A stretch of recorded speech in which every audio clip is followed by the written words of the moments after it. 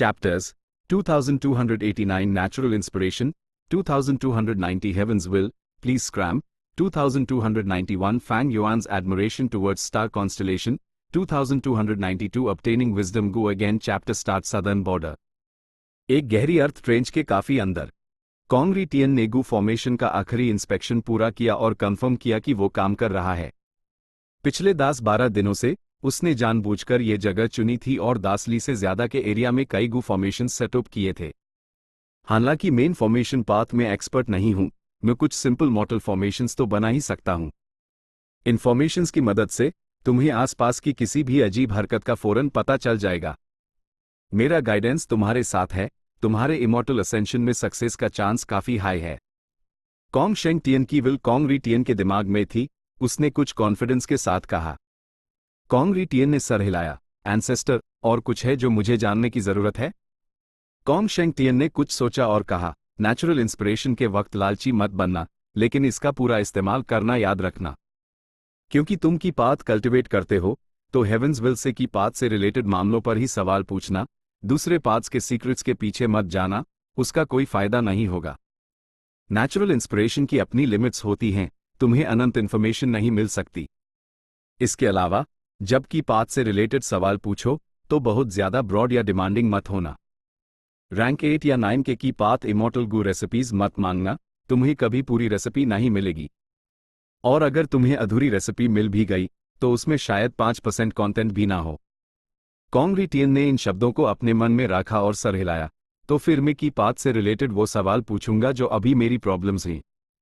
यही सही तरीका है। कॉन्ग शेंग टियन जोर से हंसा। कॉन्ग री टियन ने अपना अपचा तोड़ दिया और ट्रिब्यूलेशन शुरू कर दिया।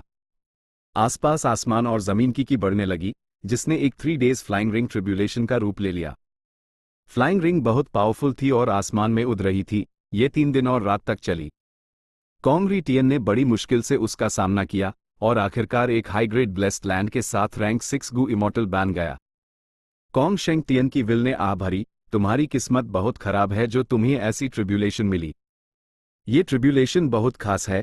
ये 3 दिन और 3 रात तक चलेगी। अगर तुम रिंग को तोड़ भी दो तो वो फिर से बन जाएगी। तुम्हें बचाने के लिए मैंने अपना लगभग सारा इमॉर्टल एसेंस खर्च कर दिया। मैंने तुमसे कहा था ना कि सीओ यान से पंगा मत लो। कॉन्ग री टियन कंफ्यूज हो गया। इसका सीओ यान से क्या लेना देना है? कॉन्ग शेंग टियन ने कहा, सीओ यान की अनेट लक तुम्हारी शेंग टियन ट्रू इनहेरिटेंस पाने से पहले वाली लक के बराबर है। सबसे जरूरी बात, वो शांग शिनसियाई का सबऑर्डिनेट है।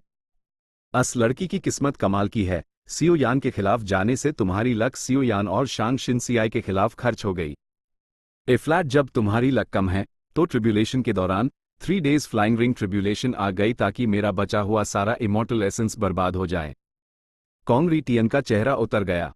उस वक्त उसने सीओ यान पर हमला किया था और डिमोनिक पाथ गू मास्टर बाओटोंग पर इल्जाम लगाने की कोशिश की थी। आखिर में एक हादसा हो गया। उसने सोचा नहीं था कि टैप फायर में एक इमॉर्टल मटेरियल फ्लेम भी होगी। कॉन्ग री टियन टैप गू इमॉर्टल नहीं था। वो कॉन्ग शेंग टियन का कीमती इमॉर्टल एसेंस उसके इमॉर्टल मेथड को यूज करने के लिए बर्बाद नहीं करना चाहता था। इसलिए एक घमासान लड़ाई हुई और तब फायर फैल गई, जिससे अंदर की इमॉर्टल एसेंस फ्लेम फट गई। इमॉर्टल मटेरियल फ्लेम ने पूरे पहाड़ को जला दिया और उस रोका नहीं जा सका। सीओ यान और बाओटोंग दोनों आग में फंस गए। कॉन्ग री टियन कॉन्ग शेंग टियन की विल की मदद से बच निकला।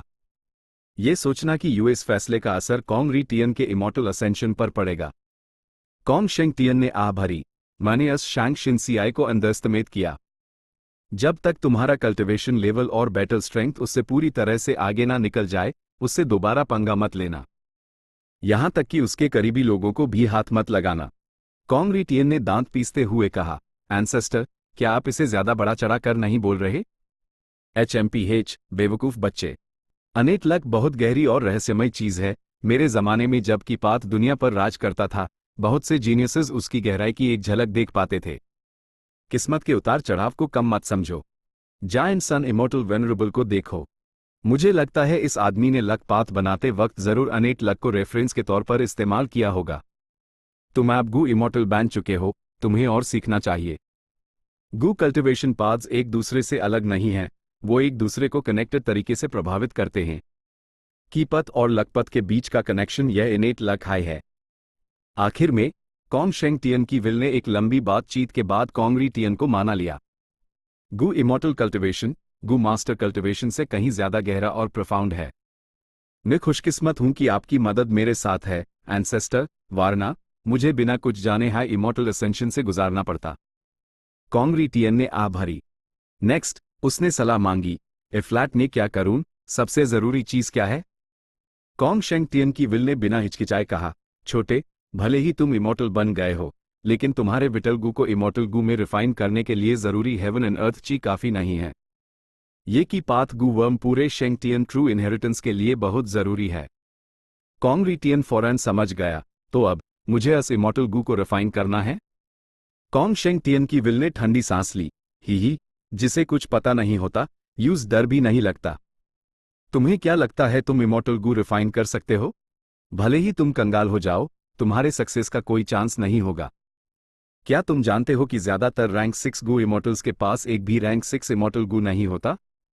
ज्यादातर रैंक 7 गु इमॉर्टल्स अपनी पूरी जिंदगी एक रैंक 7 इमॉर्टल गु पाने में लगा देते हैं। ये वेनरेबल्स के लिए भी सच है। जाओ और सोचो कि एक गु इमॉर्टल के लिए अपने अनुकूल एक इमॉर्टल गु रिफाइन करना कितना मुश्किल है। कॉन्ग री टियन की बोलती बैंड हो गई। वो शौक था, ये तो बहुत ज्यादा मुश्किल है ना? कॉन्ग शेंग टियन की विल ने आ भरी। गु इमॉर्टल कल्टिवेशन बहुत कठिन है, ये गु मास्टर होने से कहीं ज्यादा रिस्की है। बच्चे, तुम्हें अब जीना सीखना होगा। हर कैलेमिटी और ट्रिब्यूलेशन एक इम्तिहान है। तुम्हारी शुरुआत दूसरों से कहीं बेहतर है, लेकिन तुम जल्दबाजी में काम नहीं कर सकते। खासकर इमॉर्टल गु रिफाइन करने की कोशिश में, ये तुम्हें बिना किसी फायदे के कंगाल कर सकता है। कॉन्ग री टियन परेशान था, तो अब मैं क्या करूं? एंसेस्टर, आपने मुझे बताया कि मुझे अपने विटल गु को इमॉर्टल गु बनाना चाहिए, लेकिन आपने ये भी कहा कि मैं इमॉर्टल गु रिफाइन नहीं कर सकता। तो मुझे क्या करना चाहिए? घोल मोल बातें बैंड कीजिए। कॉन्ग शेंग टियन की विल ने फिर से ठंडी सांस ली। बच्चे, अब तुम मेरी बात सुनने को तैयार हो? पहले मैंने तुम्हें बार बार कहा था कि अस्सियो यान से पंगा मत लेना, पर तुमने क्या किया? तुम अभी बहुत बच्चे हो। हाँ। कॉन्ग री टियन ने जल्दी से माफी मांगी। एंसेस्टर, अब से मैं आपकी ही सुनूंगा। ये देखकर कि उसका वंशज मान गया है, कॉन्ग शेंग टियन की विल ने वक्त बर्बाद करना बैंड कर दिया। उसने कहा, तुम काफी लकी हो कि तुम्हारे दौर में फैंग युआन जैसा रिफाइनमेंट पाथ वेनरेबल है। अगर तुम इमॉर्टल गु रिफाइन करना चाहते हो तो जाकर उसके साथ ट्रांजैक्शन करो। रुकिए, आप चाहते हैं कि मैं उसके साथ ट्रेजर येलो हेवन में ट्रांजैक्शन करूं? क्या आपको डर नहीं है? इससे पहले कि कॉन्ग री टियन अपनी बात पूरी करता, कॉन्ग शेंग टियन ने यूज डांटा, तुम्हें क्या लगता है कि एक महान वेनरेबल एक रैंक 6 इमॉर्टल गु की परवाह करेगा?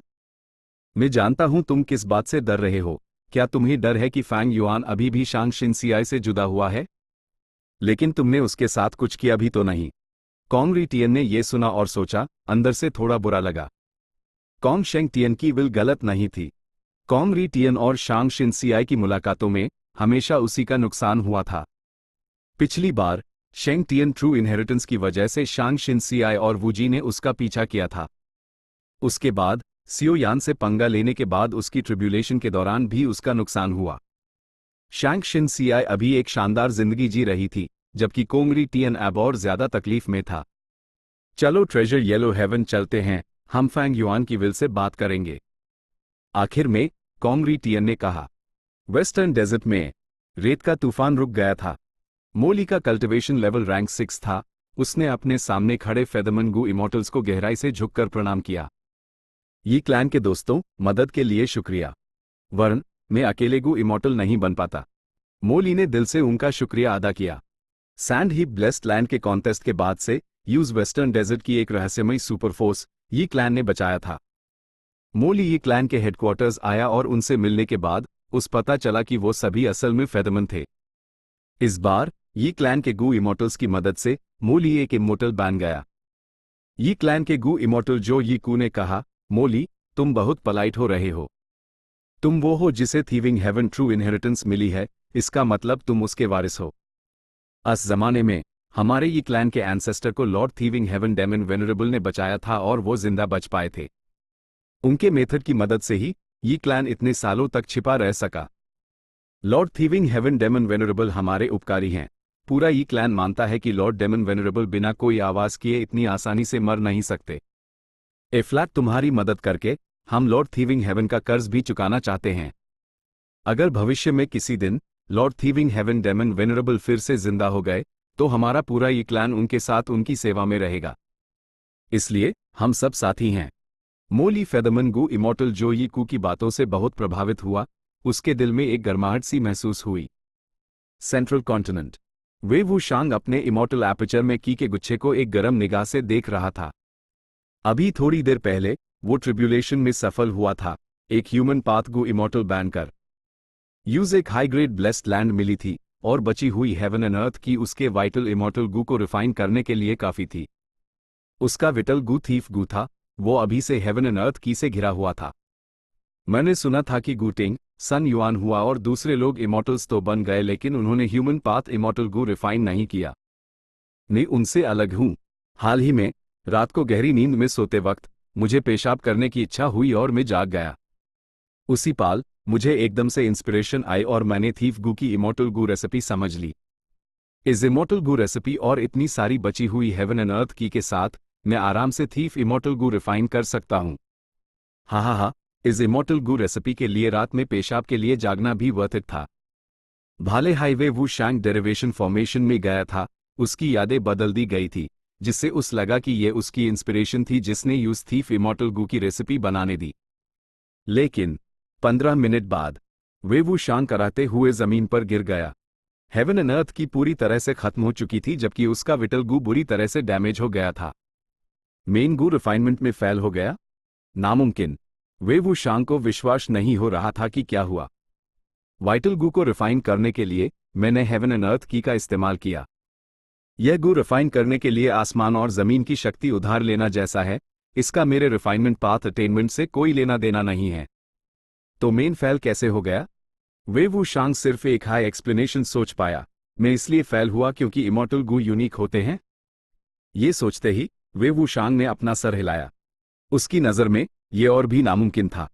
इसका मतलब था कि किसी और ने पहले हाई थीफ इमॉर्टल गु रिफाइन कर लिया था। मेन थीफ इमॉर्टल गु का क्रिएटर हूं, मुझसे पहले किसी को रेसिपी कैसे मिल सकती है? जब तक कि थीफ इमॉर्टल गु दुनिया में पहले से हाई नेचुरली एग्जिस्ट ना करता हो। लेकिन यह भी अजीब है, ह्यूमन पाथ अभी तक इतना डेवलप नहीं होना चाहिए। वे वू शांग सोचते सोचते गहरी उलझन में पड़ गया। Heavenly court. एक और गु इमॉर्टल डेरिवेशन फॉर्मेशन से बाहर निकली। इस फीमेल इमॉर्टल ने सुनहरे रंग का कवच पहना हुआ था, उसकी पीठ पर एक सुनहरा केप था जो उसके कंधे से जमीन तक फैला हुआ था। वो आम लोगों से लंबी थी और उसके कंधे चौड़े थे। जब वो चलती थी तो उसके लंबे पैर सबसे ज्यादा ध्यान खींच रहे थे, जो उस खूबसूरत और शानदार दिखा रहे थे। उसकी नाक ऊंची थी, होठ पतले और ईडी भी पतली थी। उसका प्रेजेंस ही कमाल का था। वो एक पैदाइशी रॉयल्टी जैसी थी जो आम लोगों पर राज करती हो। जब वो लोगों को देखती तो अपनी हाइट की वजह से उस अक्सर नीचे देखना पड़ता था। उसके अंदर एक ऐसी ऑथोरिटेटिव ऑरा थी जो नेचुरली बनी थी। लोग उसके सामने सर झुका लेते थे और उसकी तरफ सीधे देखने की हिम्मत नहीं करते थे, जैसे कि वो सिर्फ उसके पैरों को देख सकते हो ताकि उस गुस्सा ना आ जाए। वो थी कीन डिंगलिंग। डेरिवेशन फॉर्मेशन से बाहर आने के बाद कीन डिंगलिंग ने जल्दी से अपने होश संभाले। वो मुड़ी और अपने पीछे डेरिवेशन फॉर्मेशन को देखा। उसकी ऊँख में एक ऐसी चमक थी जो पहले कभी नहीं देखी गई। वो बहुत एक्साइटेड थी। फॉर्मेशन भी जाना उसके लिए बहुत फायदेमंद साबित हुआ था। सबसे एक्साइटिंग चीज जो यूसिस डेरिवेशन फॉर्मेशन से मिली थी वो थी उम्मीद की heavenly court, giant sun immortal venerable, heaven refining demon venerable और स्पेक्ट्रल सोल डेमन वेनरेबल को हरा सकता है। ऐसा क्यों था? सिर्फ इसलिए क्योंकि डेरिवेशन फॉर्मेशन की एक गु कल्टिवेटर के पाथ को डेवलप करने की सहमता बहुत हाई ज्यादा पावरफुल थी। जैसे कि इस बार फॉर्मेशन में जाने पर कीन डिंगलिंग को बहुत फायदा हुआ। ये सिर्फ उसकी पर्सनल ग्रोथ नहीं थी, इसने पूरे लक पाथ को आगे बढ़ाने में मदद की। उसके फॉर्मेशन में जाने की वजह से दुनिया के लक पाथ ने एक बहुत बड़ी छलांग लगाई, यूज जबरदस्त डेवलपमेंट मिला। इसका क्या मतलब था? इसका मतलब था कि जब तक कीन डिंगलिंग जैसे और लक पाथ गु इमॉर्टल्स डेरिवेशन फॉर्मेशन में जाते रहेंगे, लक पाथ और भी डेवलप होता रहेगा। जब ये बार बार होगा तो क्वांटिटेटिव ग्रोथ एक क्वालिटेटिव ट्रांसफॉर्मेशन को ट्रिगर करेगी। जायंट सन इमॉर्टल वेनरेबल को उसके supreme grand master attainment level से नीचे धकेल दिया जाएगा। Supreme grand master attainment level का मतलब था कि गु कल्टीवेटर की किसी एक पथ की समझ पूरी दुनिया के बराबर थी। कीन डिंगलिंग के फॉर्मेशन में जाने के बाद वो एक ऐसी को बन गई जिसने हेवनली कोर्ट की बेशुमार इनहेरिटेंसेस का इस्तेमाल करके लकपात के कई नए रिसर्च रिजल्ट्स निकाले। ये नए रिजल्ट्स बस कुछ ऐसे एक्यूमुलेशन द जिसे जायंट सन इमॉर्टल वेनरेबल एक नज़र में ही समझ सकता था। क्योंकि ये लकपात रिसर्च रिजल्ट्स अभी भी लकपथ की मौजूदा गहराई के दायरे में थे, इसने अभी तक मौजूदा सीमाओं को पार नहीं किया था। ये एक क्वांटिटेटिव ग्रोथ थी, क्वालिटेटिव चेंज नहीं। लेकिन एक बार क्वांटिटी जमा हो गई तो एक क्वालिटेटिव ट्रांसफॉर्मेशन होगा।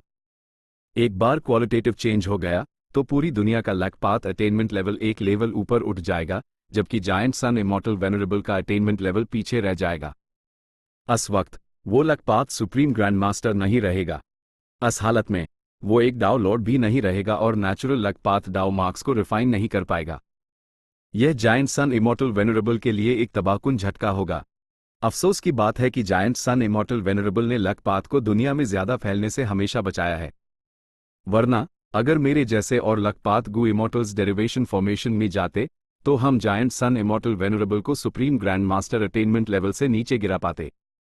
कीन डिंगलिंग ने इस पर अफसोस जताया। डेरिवेशन फॉर्मेशन से निकलने के बाद वो एक लंबे समय तक अंदर नहीं जा सकती थी। जबरदस्ती अंदर जाने से कोई फायदा नहीं होगा, बल्कि उससे ऐसा नुकसान होगा जिसे ठीक नहीं किया जा सकता। लकपात गु इमॉर्टल्स को अभी से पालना पोसना बहुत देर हो चुकी थी। सिर्फ कीन डिंगलिंग जैसा पीक रैंक 8 गु कल्टिवेटर हाई पूरे लकपात की प्रगति को बढ़ावा दे सकता था। ऑफ कोर्स दूसरे लकपात गु इमॉर्टल्स या गु मास्टर्स के लिए यह नामुमकिन नहीं था। लेकिन वो लकपात के पीक पर नहीं पहुंचे उनके लिए हेवन एंड अर्थ की मौजूदा उपलब्धियों से आगे निकलना बहुत ही मुश्किल था। हेवनली कोर्ट के लिए ये कोशिश करना बहुत महंगा था और इससे मिलने वाले फायदे बहुत कम थे। अब मेरी बारी है। फेरी मेडन सोल ने कीन डिंगलिंग को देखकर मुस्कुराया और उसके पास से गुजर गई। फेरी मेडन सोल डेरिवेशन फॉर्मेशन के अंदर चली गई और गायब हो गई। वो हेवनली कोर्ट की सोल पाथ की महान एक्सपर्ट थी। स्पेक्ट्रल सोल के दौर से वो थंडर गोस्ट ट्रू मोनार्क के बराबर थी। इस बार फॉर्मेशन में जाना उस बहुत फायदा देगा। ये दुनिया के सोल पाथ के विकास को बढ़ावा देगा। अफसोस की बात है कि हेवनली कोर्ट में इस वक्त रिफाइनमेंट पाथ के महान एक्सपर्ट्स की कमी है। 10 महान पुराने सेक्ट्स में बहुत से रिफाइनमेंट पाथ गु इमॉर्टल्स हैं, लेकिन उनमें से रैंक 8 बहुत कम हैं। इसके अलावा कोई भी ऐसा महान एक्सपर्ट नहीं है जो रिफाइनमेंट पाथ की एक खास ऊंचाई तक पहुंचा हो। कीन डिंगलिंग ने सोचा। हेवनली कोर्ट का derivation formation star constellation immortal venerable की डरावनी ताकत को दिखा रहा था। लेकिन एक वेनरेबल को supreme grand master attainment level से नीचे गिराना बहुत ही ज्यादा मुश्किल काम था। जायंट सन इमॉर्टल वेनरेबल का लकपाथ, स्पेक्ट्रल सोल डेमन वेनरेबल का सोल पाथ और हेवन रिफाइनिंग डेमन वेनरेबल का रिफाइनमेंट पाथ, इन तीनों पाथ्स में बहुत सारे गु कल्टिवेटर्स की जरूरत थी। हेवनली कोर्ट के पास डेरिवेशन फॉर्मेशन तो था, लेकिन रैंक 9 डेरिवेशन गु को स्टार कॉन्स्टलेशन इमॉर्टल वेनरेबल ने रिफाइन नहीं किया था, इसलिए वो अभी भी वाइल्ड था और अपने आप नेचुरल एसेंस ले रहा था।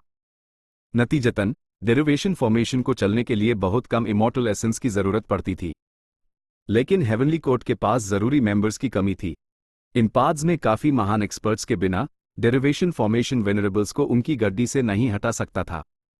शायद यही वजह है कि हेवनली कोर्ट को ह्यूमन पाथ डेवलप करने पर फोकस करना पड़ रहा है। कीन डिंगलिंग के दिमाग में एक ख्याल आया। वो स्टार कॉन्स्टलेशन इमॉर्टल वेनरेबल के प्लान का सिर्फ एक छोटा सा हिस्सा ही देख पा रही थी, वो पूरी तस्वीर नहीं समझ पा रही थी। ईस्टर्न सी, समुद्र शांत था, कोई लहर नहीं थी। गु यू फैंग शियांग अपने इमॉर्टल असेंशन के अहम मोड़ पर था। हेवन, अर्थ और ह्यूमन की ने यूज पहले ही पूरी तरह से घेर लिया था। गु यू फैंग शियांग ने दांत पीसे और तीनों की को बैलेंस करने की पूरी कोशिश की, उन्हें जितना हो सके कंडेंस किया। मुझे सफल होना ही होगा। मुझे अपनी मां को बचाने के लिए गु इमॉर्टल बनना है और मुझे गु इमॉर्टल बनकर और ताकत हासिल करनी है ताकि मैं अपने पिता को ढूंढ सकूं। गु यू फैंग शियांग ने खुद को हिम्मत दी, लेकिन जल्द ही उसका ज्यादातर ध्यान किसी और चीज पर चला गया। इस पल उसने हेवंस विल को महसूस किया। यह नेचुरल इंस्पिरेशन का पल था। तुम्हें सफल होना ही होगा। मर्मेड इमॉर्टल लियन के शिन खुले आम हवा में तैर रही थी और गु यू फैंग शियांग के ठीक बगल में आ गई। उसकी ईड़ बिल्कुल नहीं हिली, वो उस घूर रही थी। बदकिस्मती से तीनों की को बैलेंस करने की प्रक्रिया को बीच में नहीं रोका जा सकता था, वरना लियन के शिन उसके लिए ये काम खुद कर लेती। इस बार उसने मिशन बोर्ड से इत्तिफाक से गु यू फैंग शियांग से मिलने का मिशन लिया था और उस मनाकर एक ऐसी जगह ले आई थी जो इमॉर्टल असेंशन के लिए आदर्श थी। सच तो यह था कि फैंग युआन ने चुपके से सॉवरन इमॉर्टल एपर्चर का प्रवेश द्वार खोला था ताकि गु यू फैंग शियांग को 5 रीजन्स में लाया जा सके। जब गु यू फैंग शियांग ट्रिब्यूलेशन से गुजर रहा था, फैंग युआन उसके पास छिपा हुआ था, लेकिन वो खाली नहीं बैठा था।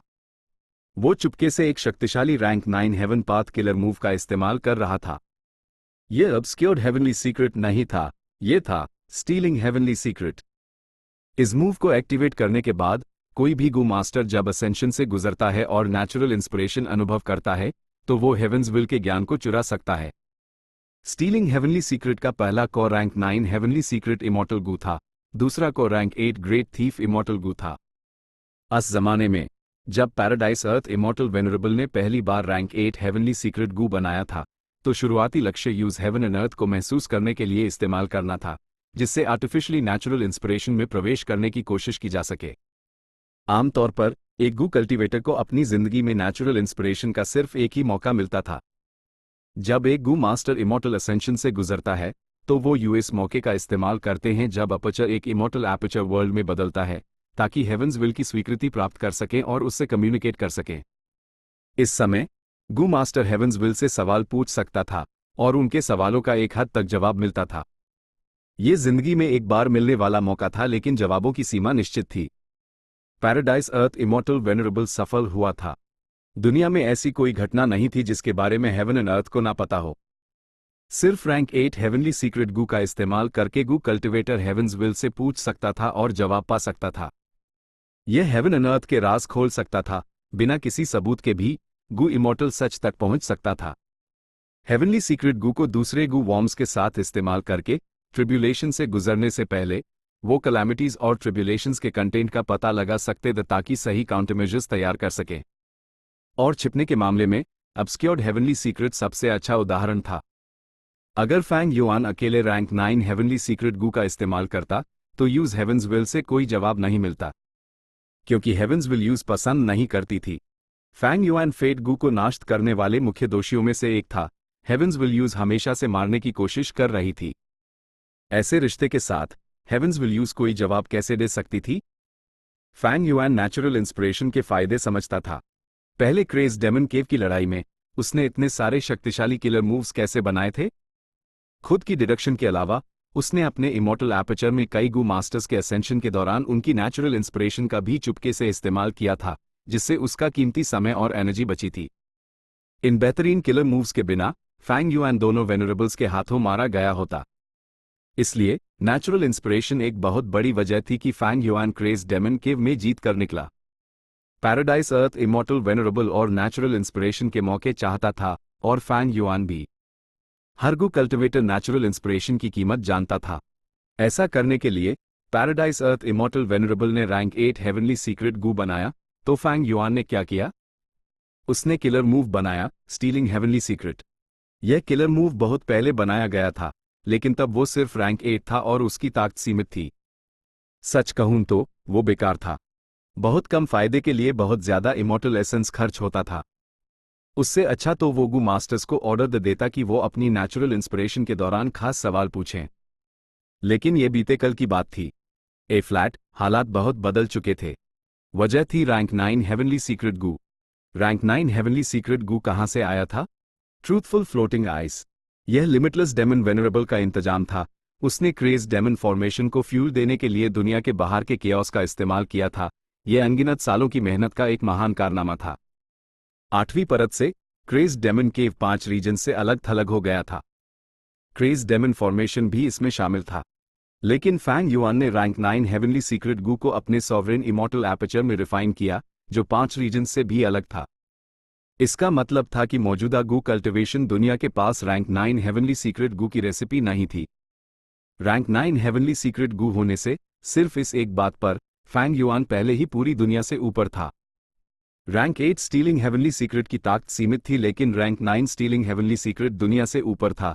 यह हेवंस विल को भी पार कर गया था।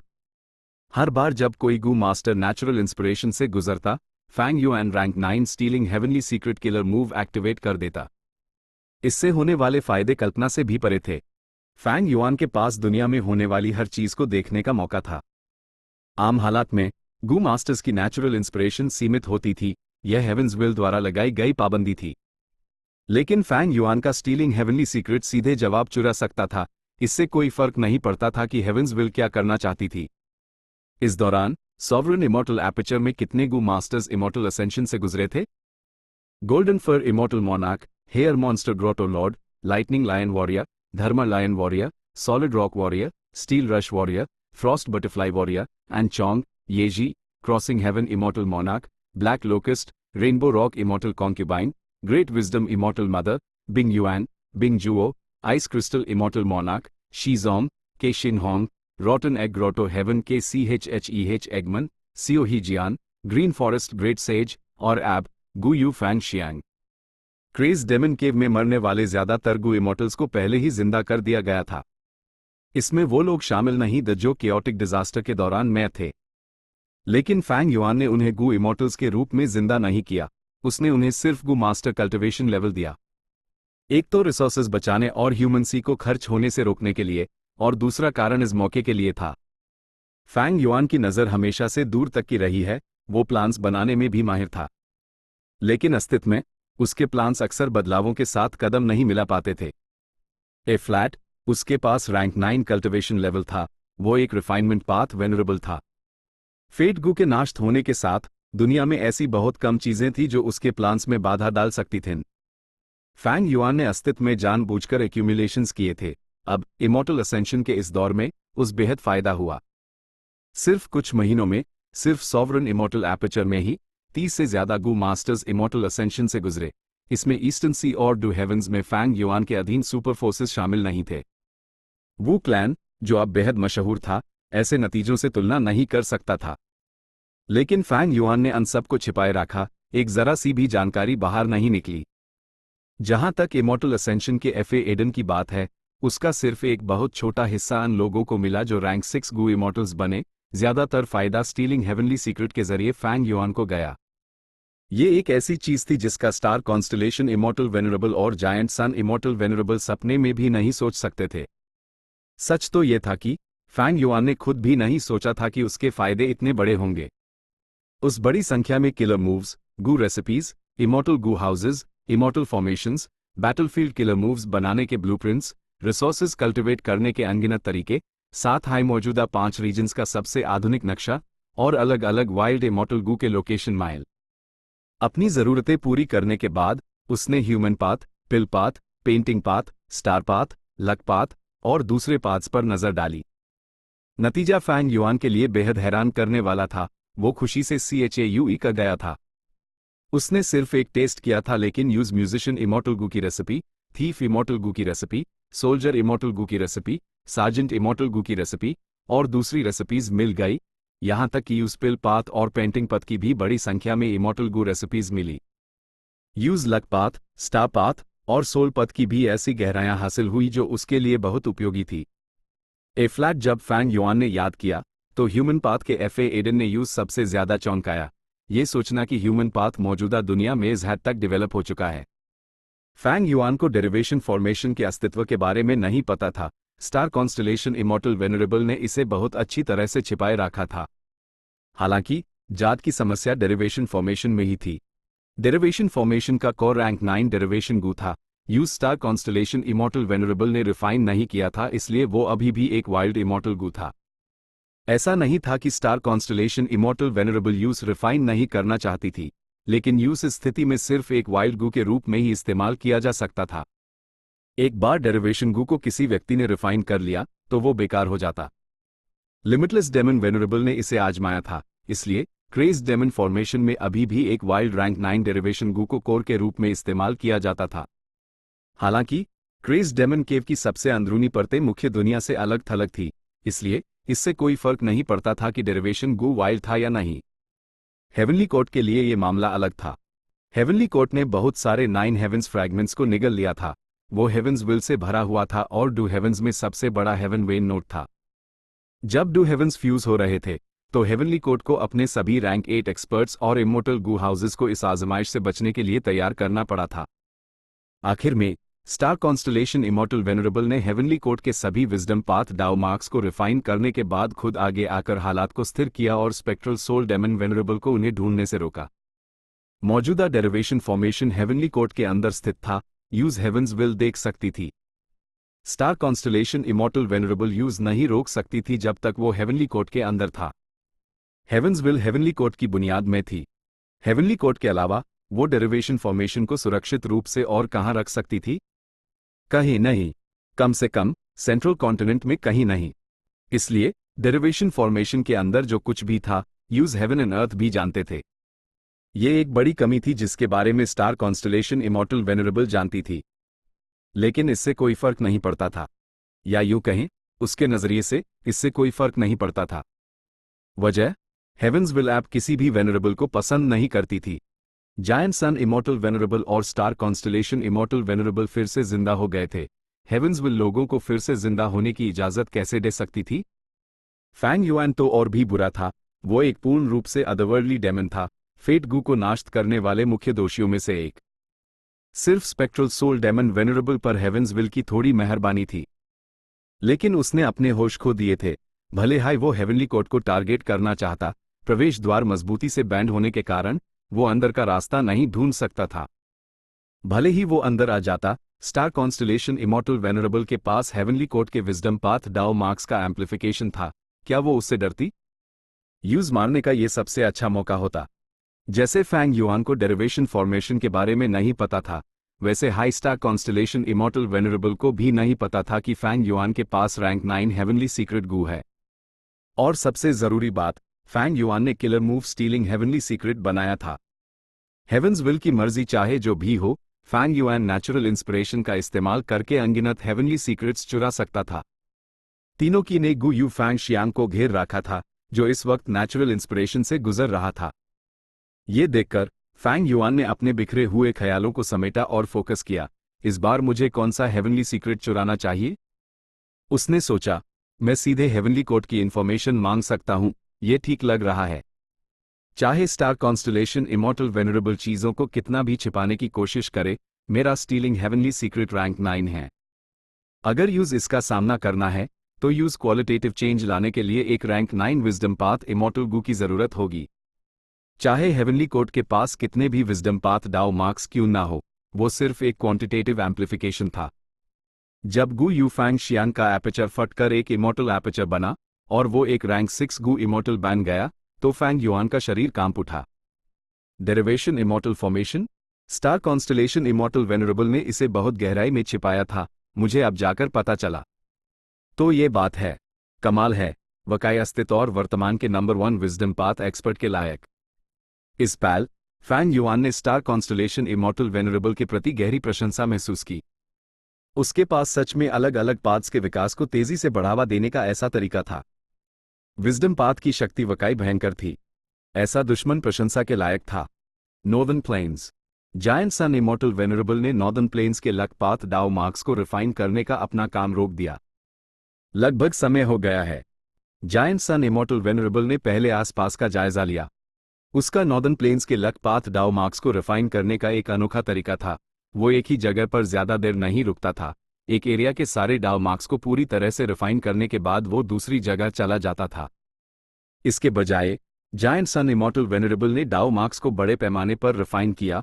नॉर्दर्न प्लेन्स के किसी एक एरिया के 7% लक पाथ डाउ मार्क्स को रिफाइन करने के बाद वो अगले लोकेशन पर जाकर अपना रिफाइनमेंट जारी रखता। क्रेज डेमन केव की लड़ाई के बाद जायंट सन इमॉर्टल वेनरेबल ने नॉर्दर्न प्लेन्स के डाउ मार्क्स को रिफाइन करना शुरू कर दिया था। ग्रेट लव की घोषणा, फैंग क्लैन का किस्सा, स्पेक्ट्रल सोल द्वारा सूरज को नाश करना, 3 वेनरेबल्स का लाइट गू पर मुकाबला और इमॉर्टल असेंशन की लहर जैसे कई घटनाओं के बाद जायंट सन इमॉर्टल वेनरेबल ने आखिरकार नॉर्दर्न प्लेन्स के 7% लक पाथ डाउ मार्क्स को रिफाइन कर लिया। उसने पूरे नॉर्दर्न प्लेन्स को कवर कर लिया था। साथ ही वो अपने रैंक 9 इमॉर्टल एपेचर को डेवलप करना भी नहीं भूला। उसने कई ट्रिब्यूलेशंस का सामना किया और कई रिसोर्स पॉइंट्स डाले। अपने रैंक 9 इमॉर्टल एपेचर की बुनियाद बढ़ने के साथ उसकी इमॉर्टल एसेंस प्रोडक्शन स्पीड भी बढ़ गई। समय के साथ वेनरेबल्स के इमॉर्टल एपेचर की बुनियाद तेजी से बढ़ेगी, उनका इमॉर्टल एसेंस और भी प्रचुर हो जाएगा। लेकिन अभी जायंट सुन का इमॉर्टल एपेचर लॉन्जेविटी हेवन से बहुत कमजोर था। लॉन्जेविटी हेवन वो रैंक 9 इमॉर्टल एपर्चर था जो जायंट सन इमॉर्टल वेनरेबल के पास उसकी पिछली जिंदगी में था। क्योंकि उसने कोई भी 9 हेवंस फ्रैगमेंट नहीं निगला था, उसने सालों से कई कैलामिटीज और ट्रिब्यूलेशंस का सामना किया था, जिससे उनसे बड़ी संख्या में डाउ मार्क्स माइल थे।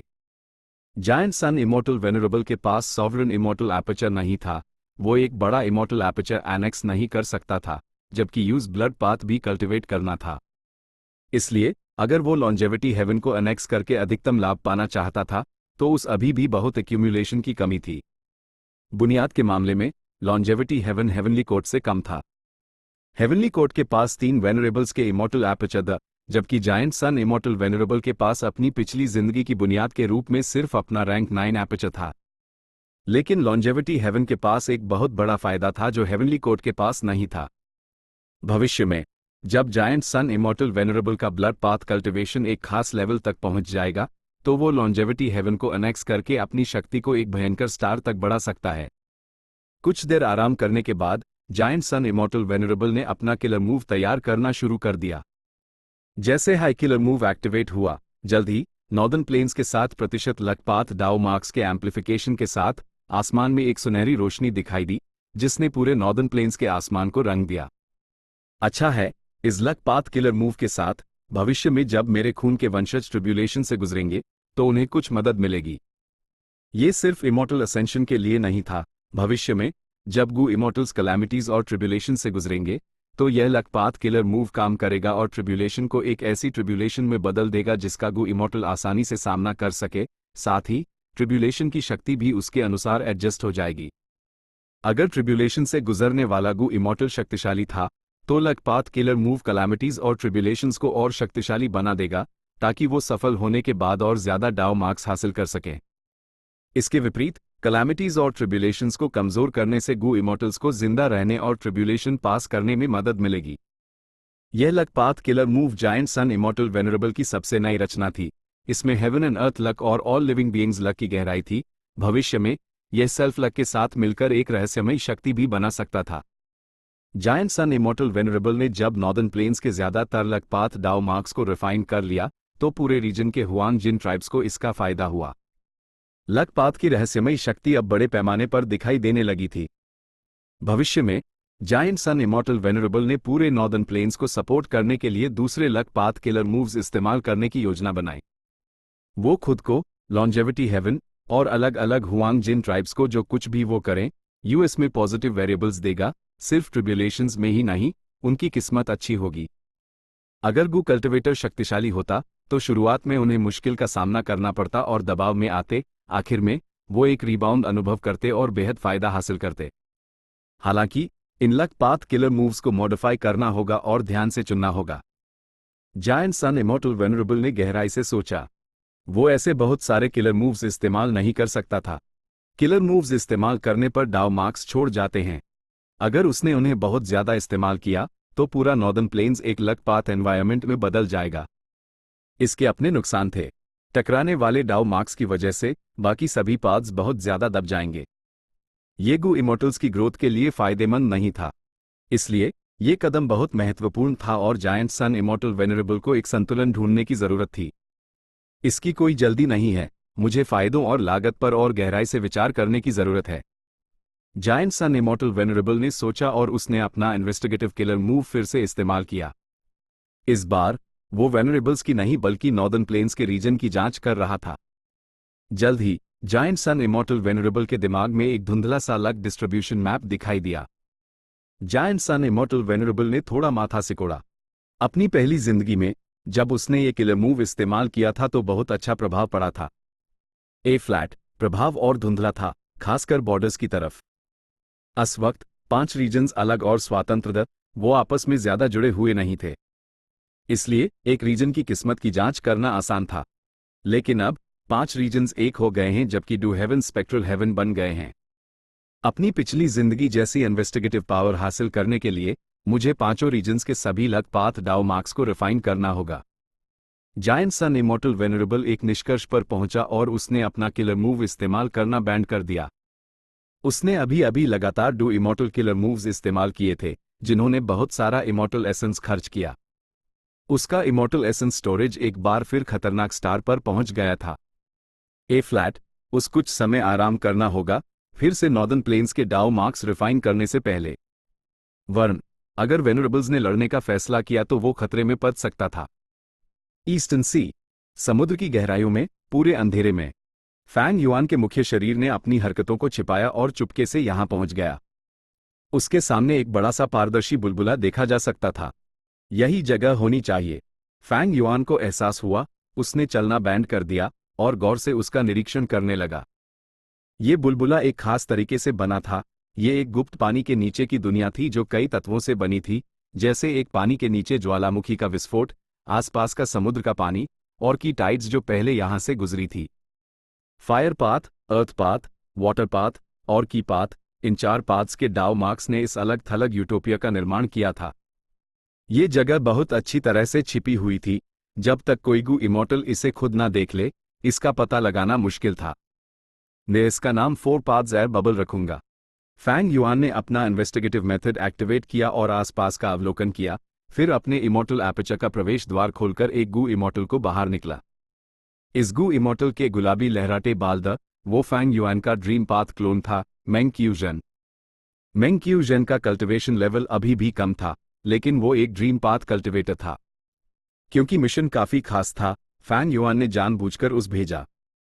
वर्ण, वो ज्यादातर समय सॉवरन इमॉर्टल एपर्चर के अंदर रहकर ड्रीम पाथ पर रिसर्च करता था। कभी कभी वो सॉवरन इमॉर्टल एपर्चर की समस्याओं को स्थिर करने और सुझाने के लिए मिशंस पर जाता था। फैंग युआन ने एक मेथड का इस्तेमाल करके मेंग क्यूजन को ध्यान से एयर बबल के अंदर पहुंचाया। 15 मिनट बाद मेंग क्यूजन सॉवरन इमॉर्टल एपर्चर में वापस आ गया। वो सफल हो गया। वो अपने साथ एक वाइल्ड विजडम गू वापस लाया था।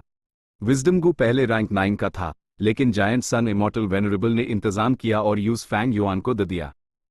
फेट वॉर के दौरान रेड लोटस के प्लान को पूरा करने के लिए विजडम गू को मटेरियल्स में से एक के रूप में इस्तेमाल किया गया था। नतीजतन रैंक 9 विजडम गू का अस्तित्व खत्म हो गया। लेकिन हेवनली डाओ के नियमों के तहत जीवन और मृत्यु एक साथ अस्तित्व में थे। हेवंस विल के नियंत्रण में एक वाइल्ड रैंक 6 विजडम गू जल्द हाई 5 रीजन्स में प्रकट हो गया। यह विजडम गू एयर बबल के अंदर छिपा हुआ था। जब फैंग युआन ने हेवनली सीक्रेट्स चुराए तो यूज कई वाइल्ड इमॉर्टल गू के लोकेशन मिल गए, उनमें से विजडम गू उसकी सबसे बड़ी जीत थी। इसलिए वो खुद यहां आया था ताकि किसी भी अनापेक्षित दुर्घटना से बचा जा सके और ये सुनिश्चित किया जा सके कि विजडम गू सफलतापूर्वक हासिल कर लिया जाएगा। सब कुछ स्टीलिंग हेवनली सीक्रेट की जानकारी के अनुसार हाई हुआ था। मेंग क्यूजन ने अपने ड्रीम पाथ मेथड का इस्तेमाल करके आसानी से रैंक 6 विजडम गू को दबा दिया। एयर बबल के अंदर भले ही एक पानी के नीचे ज्वालामुखी और आसपास मछलियों के झुंड थे, कोई भी मेंग क्यूजन को खतरे में नहीं डाल सका। जहां तक फैंग युआन का सवाल है, उसके पास बहुत सारे डाउ मार्क्स थे। अगर वो अपना हाथ एयर बबल के अंदर डालता तो शायद वो फट जाता। इसलिए सिर्फ उसका क्लोन हाई ये काम कर सकता था। रैंक 6 विजडम गू को जल्द हाई फैंग युआन ने रिफाइन कर लिया। भले ही वो विजडम गू था, फैंग युआन एक महान रिफाइनमेंट पाथ वेनरेबल था। सिर्फ एक रैंक 6 इमॉर्टल गू को रिफाइन करना बहुत ही आसान था। एक वेनरेबल के लिए वाइल्ड रैंक 8 इमॉर्टल गू को रिफाइन करने के लिए रैंक 9 एसेंस का इस्तेमाल करना कोई समस्या नहीं थी। मुश्किल काम रैंक 9 इमॉर्टल गू को रिफाइन करना था। स्टार कॉन्स्टलेशन इमॉर्टल वेनरेबल को अपनी पिछली जिंदगी में रैंक 9 विजडम गू को रिफाइन करने में 100 साल से ज्यादा लगे थे, जबकि giant sun immortal venerable love immortal गू को रिफाइन करने में असफल रहा। ये सभी इसके उदाहरण थे। फेट वॉर के बाद विजडम गू फिर से मेरे कब्जे में आ गया है, और इस बार इसमें जायंट सन इमॉर्टल वेनरेबल ने कोई छेड़छाड़ नहीं की है। ये एक विजडम गू है जो सिर्फ और सिर्फ मेरा है। फैंग युआन ने अंदर से हल्की सी खुशी महसूस की। जहां तक विजडम गू को वापस रैंक 9 तक बढ़ाने की बात है, फैंग युआन को लगा कि इसकी कोई जल्दी नहीं है। स्टीलिंग हेवनली सीक्रेट के साथ फैंग युआन अपने विजडम पाथ डिडक्शंस और मॉडिफिकेशंस में काफी सुधार कर सकता था। वो अपने इन्फॉर्मेशन इकट्ठा करने के तरीकों की कमी को भी पूरा कर सकता था। विजडम गू हासिल करने के बाद फैंग युआन अपनी ओरिजिनल जगह पर लौट गया और दिखाया कि वो खुलेआम ईस्टर्न सी के रिफाइनमेंट पाथ डाउ मार्क्स को रिफाइन कर रहा है। इसके अलावा वो काफी बार ब्रेक्स ले रहा था, ये दिखाने के लिए कि उसका इमॉर्टल एसेंस कम है और वो बुरी हालत में है। उसका divine sense sovereign immortal aperture में प्रवेश कर गया। इस दौरान अंदर एक और बड़ा प्रोजेक्ट पूरा हो गया था। इस प्रोजेक्ट के लिए फैंग युआन ने अपने सभी सबऑर्डिनेट्स के इमॉर्टल मटेरियल रिजर्व्स का इस्तेमाल किया, जिनमें से ईस्टर्न सी के हुआ क्लैन का सबसे बड़ा योगदान था। उन्होंने बहुत सारे कंट्रीब्यूशन पॉइंट्स कमाए।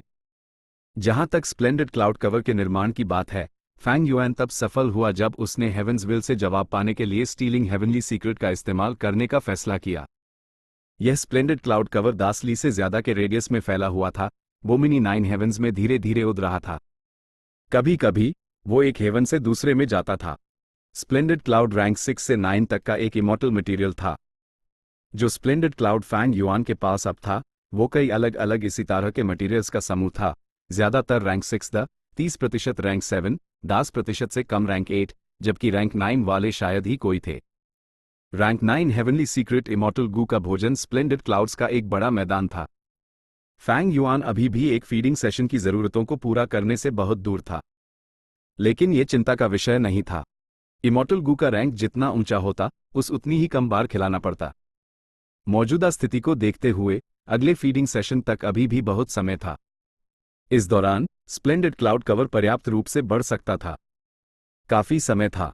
गू कल्टीवेशन में पालन पोषण, इस्तेमाल और रिफाइनमेंट शामिल थे। रैंक 9 इमॉर्टल गू का भोजन एक परीक्षा थी जिसे फैंग युआन को पास करना ही था। उसके पास इस समय 3 rank 9 immortal Gu the heavenly essence treasure, imperial lotus, advance refinement और हेवनली सीक्रेट। पहले दो को खिलाना आसान था, जबकि हेवनली सीक्रेट तुलनात्मक रूप से ज्यादा परेशान करने वाला था। लेकिन फैंग युआन ने पहले से ही प्लान बनाया था। उसने इस समस्या को सुलझाना शुरू कर दिया था। वैसे भी रैंक 9 इमॉर्टल गू का भोजन फैंग युआन की सबसे बड़ी समस्या नहीं थी। वो इसे सिर्फ थोड़ी मेहनत करके हाल कर सकता था। वो पहले से ही एक वेनरेबल था जो 5 रीजन्स के ईस्टर्न सी का मालिक था। उसके पास डू हेवंस की सुपर फोर्सेस भी थी। और उसकी ग्रेट लव घोषणा के बाद ट्रेजर येलो हेवन में सबसे आम बिजनेस उसके इमॉर्टल गू रिफाइनमेंट ट्रांजैक्शंस बन गए थे। और क्योंकि सॉवरन इमॉर्टल एपर्चर की बुनियाद बहुत विशाल थी, पूरी दुनिया में भी सिर्फ लॉन्जेविटी हेवन और हेवनली कोर्ट हाई उसकी बराबरी कर सकते थे या यूज हारा सकते थे। फैंग युआन ने ब्लू ड्रैगन वेल का ग्रोटो हेवन इमॉर्टल एपर्चर पहले ही देख लिया था। ट्रेजर येलो हेवन गू इमॉर्टल ट्रांजैक्शंस के लिए एक खास ग्रोटो हेवन था। उसकी अपनी बुनियाद सॉवरन इमॉर्टल एपर्चर से तुलना नहीं कर सकती थी। इस विकास की अवधि के बाद सॉवरन इमॉर्टल एपर्चर धीरे धीरे एक गुणात्मक परिवर्तन से गुजर रहा था। अस्तित्व में सॉवरन इमॉर्टल एपर्चर एक मरते हुए मरीज जैसा था। वो हमेशा नाश होने या पूरी तरह से टूटने के करीब था। लेकिन अब स्थिति न सिर्फ स्थिर हुई थी, बल्कि उसमें सुधार भी हो रहा था। इसके दो मुख्य कारण थे। एक ये था कि सॉवरन इमॉर्टल एपर्चर के डाउ वेन्स एक निश्चित स्टार तक स्थापित हो चुके थे, जिससे उस लाभ की पहली लहर मिलने लगी थी। फायर पाथ, विंड पाथ और वाटर पाथ डाउ वेन्स का एक रिंग पहले से ही था। अर्थ पाथ डाउ वे जो सबसे पहले स्थापित किया गया था, उसके पास पहले से हाई टीन रिंग्स थे। इसका सॉवरन इमॉर्टल एपर्चर को तुरंत स्थिर करने पर बेहद प्रभाव पड़ा। सॉवरन इमॉर्टल एपर्चर के गू इमॉर्टल्स साफ महसूस कर सकते थे कि earth path, fire path, wind path और वाटर पाथ की असामान्य स्थितियां तेजी से कम हो रही थी। वो कम आम हो गई थी। दूसरा कारण यह था कि फैंग युआन के 30 से ज्यादा गू कल्टिवेटर सबऑर्डिनेट्स ने अपने इमॉर्टल असेंशन ट्रिब्यूलेशन को पार कर लिया था। तुरंत सॉवरन इमॉर्टल एपर्चर को मैनपावर की एक बड़ी सप्लाई मिल गई। पर्याप्त लोगों के साथ फैंग युआन आसानी से गू इमॉर्टल्स को 5 रीजन्स के अलग अलग स्थानों पर चुपके से भेजे सकता था ताकि वाइल्ड इमॉर्टल गू इकट्ठा कर सके। कुछ दिनों बाद गू इमॉर्टल्स वापस आने लगे। उनमें से कुछ अपने साथ अनजाने रिसोर्स पॉइंट्स लाए, जबकि कुछ वाइल्ड इमॉर्टल गू लाए, जिनमें से एक वाइल्ड टाइम पाथ इमॉर्टल गू था, मंथ। इस समय तक उसने ईयर, मंथ और डे इमॉर्टल गू तीनों को इकट्ठा कर लिया था। नई जानकारी मिलने के बाद फैंग युआन के सबऑर्डिनेट्स ने यूसीएच सफलता दर के साथ काम किया। स्टीलिंग हेवनली सीक्रेट के नतीजे यहां खत्म नहीं हुए। जब फैंग युआन डाउ मार्क्स रिफाइन कर रहा था, वो चुपके से ट्रूथफुल फ्लोटिंग आइस को भी अनसील कर रहा था, साथ ही अलग अलग किलर मूव्स में मॉडिफिकेशंस कर रहा था। हेवनली सीक्रेट्स चुराने के बाद उस बड़ी संख्या में रेफरेंस मटेरियल्स माइल, उसके किलर मूव्स का मॉडिफिकेशन बहुत आक्रामक हो गया, जिनमें इन कॉम्पाउंड किलर मूव्स भी थे। फैंग युआन ने तो बड़े पैमाने पर अपना कॉम्बैट सिस्टम बनाना भी शुरू कर दिया था। फ्लैट तक यूस इस मामले में ज्यादा कुछ हासिल नहीं हुआ था, लेकिन स्टीलिंग हेवनली सीक्रेट के साथ उस बहुत सारी जानकारी मिली जिसका बेहद मूल्य था। आगे जैसे जैसे गु इमोटल्स वापस आते रहे, भले ही कई सफल हुए, कुछ खाली हाथ लौटे। ज्यादातर गुप्त रिसोर्स पॉइंट्स वापस लाए गए, लेकिन कुछ भूकंप या सुनामी जैसी प्राकृतिक आपदाओं से क्षतिग्रस्त या नाश हो गए थे। उन्हें रिलोकेट करने का कोई मतलब नहीं था। जहां तक वाइल्ड इमोर्टल गु का सवाल है, वो भी अब कहीं और जाने लगे थे। फैंग युआन हैरान नहीं था। हेवंसविल लोगों के दिमाग को प्रभावित कर सकती थी, वो सोच भी सकती थी। फैंग युआन हमेशा से हेवंसविल का निशाना रहा था। अब जब उसने ये सभी गुप्त रिसोर्स पॉइंट्स और वाइल्ड इमोर्टल गु इकट्ठा कर लिए थे, तो हेवंसविल कैसे कोई प्रतिक्रिया नहीं देती? हेवनली डाउ संतुलन पर जोर देता था। वो स्वाभाविक रूप से फैंग युआन को और मजबूत होने से रोकने की कोशिश करेगा। इसलिए ये प्रतिक्रिया फैंग युआन की उम्मीदों के अनुरूप थी। इसलिए फैंग युआन ने सबसे महत्वपूर्ण इमोर्टल गु और रिसोर्स पॉइंट्स को पहले टारगेट करने का इंतजाम किया, जिससे उस बड़े लाभ मिले। जहां तक बाकी का सवाल है, उनका मूल्य कम था। तुलना में फैंग युआन उन्हें बिना किसी खास नुकसान के छोड़ सकता था, लेकिन वो ये देखने की कोशिश भी कर सकता था कि क्या उनमें से किसी को बचाया जा सकता है। फैंग युआन धीरे धीरे स्टीलिंग हेवनली सीक्रेट के इस्तेमाल से माइल अपने लाभों को पचा रहा था, और इस प्रक्रिया में यूसिस किलर मूव की गहरी समझ हासिल हुई। स्टीलिंग हेवनली सीक्रेट से मिली जानकारी बेहद भयंकर है। इसने मेरी इंफॉर्मेशन पाथ की कमजोरी को पूरी तरह से भर दिया है। हालांकि अगर मैं इस जानकारी का अत्यधिक इस्तेमाल करूंगा, तो हेवंसविल एडजस्टमेंट्स करेगी और इसका मूल्य कम हो जाएगा। इसके अलावा लॉन्जेविटी हेवन जैसे ग्रोटो हेवंस की जांच स्टीलिंग हेवनली सीक्रेट के जरिए नहीं की जा सकती। मैंने जो अलग अलग किलर मूव्स और कॉम्बैट सिस्टम के बारे में जानकारी चुराई है, वो किलर मूव्स को मॉडिफाई करने और अपना कॉम्बैट सिस्टम बनाने के लिए बहुत उपयोगी है। लेकिन क्योंकि हेवंसविल उनके बारे में जानती है, तो ये जानकारी पहले से ही कहीं मौजूद होनी चाहिए। दूसरे लोग भी उन्हें जानते होंगे। इसके अलावा ऐसी बहुत सी चीजें हैं जो हेवंसविल नहीं जानती, जैसे कि गुप्त वेनरेबल ट्रू इनहेरिटेंसेस। हेवंसविल याद रख सकती है, लेकिन अपने आप किलर मूव्स को मॉडिफाई नहीं कर सकती। मैंने जो पेंटिंग पाथ, ह्यूमन पाथ और पिल पाथ के रिसर्च रिजल्ट्स हासिल किए, वो सभी डेरिवेशन फॉर्मेशन के जरिए उत्पन्न हुए थे। स्टीलिंग हेवनली सीक्रेट जांच कर सकता था और फैंग युआन का बहुत सारा समय और मेहनत बचा सकता था। इसका असर कमाल का था। हालांकि इसकी अपनी कमियां थी। फैंग युआन को अभी भी इंफॉर्मेशन पथ और विजडम पथ के विकास की जरूरत थी। बस इतना था कि उसकी जरूरतें अब आधी पूरी हो गई थी, ये पहले जैसी आवश्यक नहीं रही थी। स्टीलिंग हेवनली सीक्रेट मुख्य रूप से रैंक 9 हेवनली सीक्रेट गु पर निर्भर था। एक बार जब हेवंसविल को इमोर्टल गु रेसिपी के बारे में पता चल जाएगा, तो वो प्रतिक्रिया देगी और स्टीलिंग हेवनली सीक्रेट का प्रभाव कमजोर हो जाएगा। Stealing heavenly secret natural inspiration पर भी निर्भर था। उस मनमाने ढंग से इस्तेमाल नहीं किया जा सकता था। फैंग युआन ने पहले हाई इमोर्टल एपर्चर में गु कल्टिवेटर्स को पालने का फैसला कर लिया था। वो और गु इमोर्टल सीड्स जमा करता रहेगा। जब भी जरूरत होगी, वो उनमें से एक झुंड को इमोर्टल असेंशन से गुजारेगा। Chapter and.